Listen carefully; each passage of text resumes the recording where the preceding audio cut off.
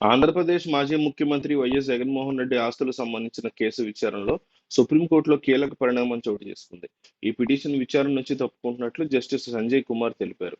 దీంతో సిజేఐ ధర్మాసనం నుంచి మరో ధర్మాసనానికి ఈ పిటిషన్ విచారణ మారింది. జగన్మోహన్ రెడ్డి బెయిల్ రద్దు చేయాలని మాజీ ఎంపీ, ఎమ్మెల్యే రఘురామకృష్ణరాజు పిటిషన్ దాఖలు చేసిన సంగతి మనకి తెలిసిందే. విచారణని హైదరాబాద్ నుంచి కాకుండా మరో రాష్ట్రానికి బదిలీ చేయాలని మరో పిటిషన్ వేశారు.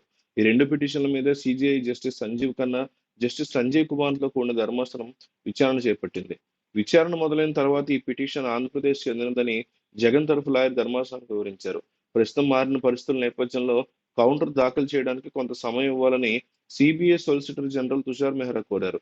ఆ తర్వాత justice Sanjay Kumar not before me అని చెప్పడంతో ఆ పిటిషన్‌ని మరోసారి ధర్మాసనానికి బదిలీ చేశారు. జస్టిస్ అభయ్ ఎస్ ఓకా నేతృత్వంలో ధర్మాసనం వచ్చే నెల 2న విచారణ చేపట్టబోయింది.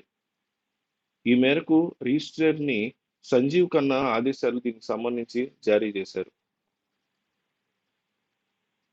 నత్తనడకన సాగుతున్న జగన్మోహన్ రెడ్డి అక్రమాస్తుల కేసు విచారణని తెలంగాణ నుంచి వేరే రాష్ట్రానికి బదిలీ చేయాలని, జగన్ బెయిల్ రద్దు చేయాలని కోరుతూ మాజీ ఎంపీ, ఉండి టీడీపీ ఎమ్మెల్యే రఘురామకృష్ణరాజు దాఖలు చేసిన కేసుల విచారణని ప్రధాన న్యాయమూర్తి జస్టిస్ సంజీవ్ ఖన్నా ధర్మాసనం మరో ధర్మాసనానికి జారీ చేసింది. ఈ కేసులని సీజీఐ ముందుకు రాగా ఇప్పటికీ వీటిని చూస్తున్న ధర్మాసనంలో సభ్యుడైన జస్టిస్ సంజయ్ కుమార్ వైదొలుగుతున్నట్లు విషయాన్ని దృష్టిలో ఉంచుకొని కేసును జస్టిస్ అభయ్ ఎస్ ఓకా ధర్మాసనం బదిలీ చేసినట్టు ప్రకటించారు.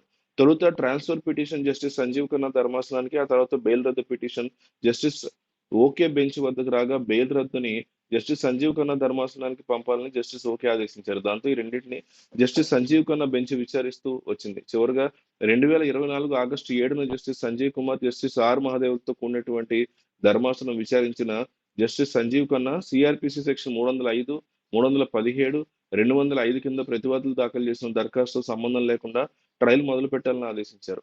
తదుపరి విచారణ నవంబర్ 2కు వారానికి వాయిదా వేశారు. ఈ క్రమంలోనే 2 కేసులు మరోసారి జస్టిస్ సంజీవ్ ఖన్నా ధర్మాసనం ముందుకొచ్చాయి. వీటి విచారణ మొదలైన వెంటనే సంజీవ్ ఖన్నా జోక్యం చేసుకుంటూ ఈ కేసుని ఓకే ధర్మాసనానికి పంపిస్తున్నట్టు తెలిపారు.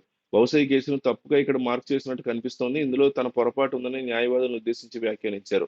సోదర న్యాయమూర్తి ఈ కేసుల విచారణలో సుముఖంగా లేరు. అందువల్ల వీటిని జస్టిస్ ఓకే బెంచ్‌కి బదిలీ చేస్తున్నామని పేర్కొన్నారు. ఈ కేసును ఇదివరకు 2 బెంచ్‌లు విన్నందున అందులో సీనియర్ బెంచ్‌కి వీటిని పంపిస్తున్నట్టు తెలిపారు. ఇందులో ఏమైనా అత్యవసరం ఉందా అని న్యాయవాదులను ప్రశ్నించగా రఘురామకృష్ణరాజు తరఫున హాజరైన బాలాజీ శ్రీనివాస్ బదులిస్తూ ఇవి గత 10 ఏళ్లుగా సాగుతున్నాయని పేర్కొన్నారు. జగన్ తరఫున హాజరైన సీనియర్ న్యాయవాది రంజిత్ జోక్యం చేసుకుంటూ అక్కడ హైకోర్టు ఈ కేసుల విచారణ పర్యవేక్షిస్తున్నప్పటికీ ట్రాన్స్ఫర్ పిటిషన్ దాఖలు చేశారని ధర్మాసనం దృష్టికి తీసుకెళ్లారు. సిబిఐ తరఫున సొలిసిటర్ జనరల్ తుషార్ మెహ్రా జోక్యం చేసుకుంటూ తమకి అఫిడవిట్ దాఖలు చేయడానికి కొంత సమయం ఇవ్వాలని కోరారు. ఈ వాదనలన్నింటినీ పరిగణలోకి తీసుకున్న అనంతరం సిజేఐ జస్టిస్ సంజీవ్ ఖన్నా ఈ కేసును తదుపరి విచారణ డిసెంబర్ 2వ తేదీతో మొదలయ్యే వారానికి వాయిదా వేస్తున్నట్టు ఉత్తర్వులు జారీ చేశారు.